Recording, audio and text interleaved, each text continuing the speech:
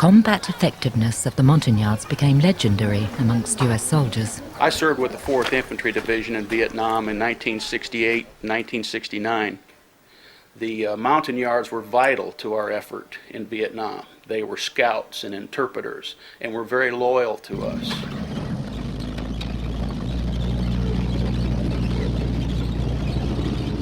As the Vietnam conflict escalated, the Central Highlands became a war zone.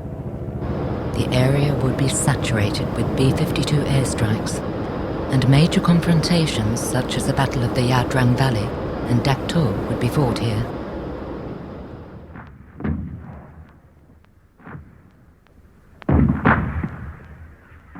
There were thousands of Montagnards who lost their lives fighting for the Americans over in Vietnam. Many of them were crossing over into Laos, crossing over into Cambodia, rescuing down pilots and down pilots in enemy-occupied territories. And in fact, the Montagnards came in twice trying to rescue me and just ended up missing me by about 5 minutes. But I was in a cage like this for 1 year over in Cambodia, and I spent 27 months in solitary confinement. Hello, young man. Hi!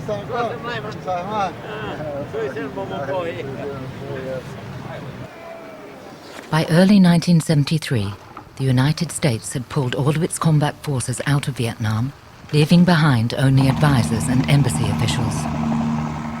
4 years and 2 months ago, when I first came into this office as president, by far the most difficult problem confronting the nation was the seemingly endless war in Vietnam. 550,000 Americans were in Vietnam. As many as 300 a week were being killed in action. Hundreds were held as prisoners of war in North Vietnam.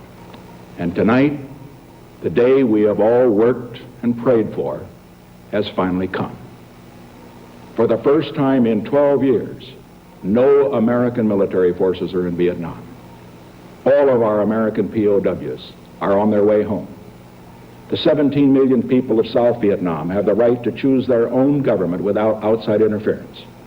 And because of our program of Vietnamization, they have the strength to defend that right. This program failed 2 years later with the collapse of South Vietnam. I'll never forget the emptiness I felt and that came over me in April of 1975 when I watched the television to hear that Ban My Thuot had just fallen to the North Vietnamese. And the first thing that came into my mind then, I was in tears, the first thing that came into my mind was what was going to happen to those Montagnards. I knew very well that they already had the odds against them in South Vietnam, against their own allies, supposedly, at the time. And now that the North Vietnamese had swept through Ban My Thuot, one of the first areas to fall during that blitzkrieg by the North Vietnamese, I knew then that these people would be faced with the worst possible consequences for who they were, for who they served with, the strong allegiance that they personally had as a group of people to the United States, that those consequences would turn out to be most likely genocide for them after the war ended as the way it did. And I think that that's what probably has happened over the course of the past decades.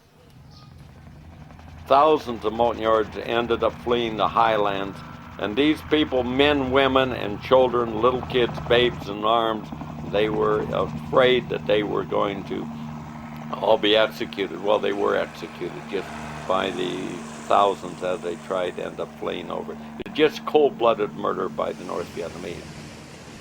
Ed Sprague witnessed the chaos as thousands of Montagnard survivors fled to the coast and amassed at Nha Trang Beach. We were on the beach there because I was told that the U.S. Navy boat's going to come in and pick up, all these people. As the Montagnards awaited the evacuation fleet, Ed Sprague was ordered to return to Saigon. So when I got to Saigon, they said, the master told me, they called that off. And that's when I lost it, So, on him, and he told me to get out of this country. And at that time, there was a meeting held in the embassy, American embassy, on what the Montagnards should do. They were promised in a way. It depends on how deep you want to say the promise was, but it was very well insinuated that the Americans would continue to support the Montagnards. The Minister of Ethnic Minorities, Mr. Ney-Louet, feared the genocide of his people and met with the Special Assistant to the Ambassador, George Jacobson. Ney-Louet asked that they give some priority to evacuation of certain Montagnards that he was sure they'd be killed immediately by the North Vietnamese or sent to Hanoi to their concentration camps. Also, he asked that they be provided equipment to continue with resistance. Jacobson told him, yeah, we're going to help you out, we're going to do this. But that's not what he meant. And I knew it immediately. This meeting's a disaster. So the meeting broke up, and Ney-Louet and I walked out together, and he seemed to be very happy. Ed Sprague had to tell the minister the truth. So I said, this is not what he meant. He didn't promise you anything. He just brushed you off. Ney-Louet looked at me and said, you believe that? I said, yes, I don't, it's not that I believe it, I know it. And of course, he was pretty sad. We went to dinner, and it was mostly goodbyes, and it was very, very sad. When we walked out of the restaurant, he says, let's take a walk.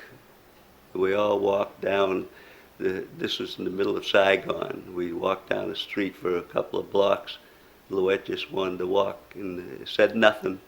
None of us said anything. There's the minister, 2 or 3 congressmen, I can't remember, the 2 senators. And we just walked, and then walked back to Louet's house and said goodbye, and that was it. It was probably one of the saddest days of my life.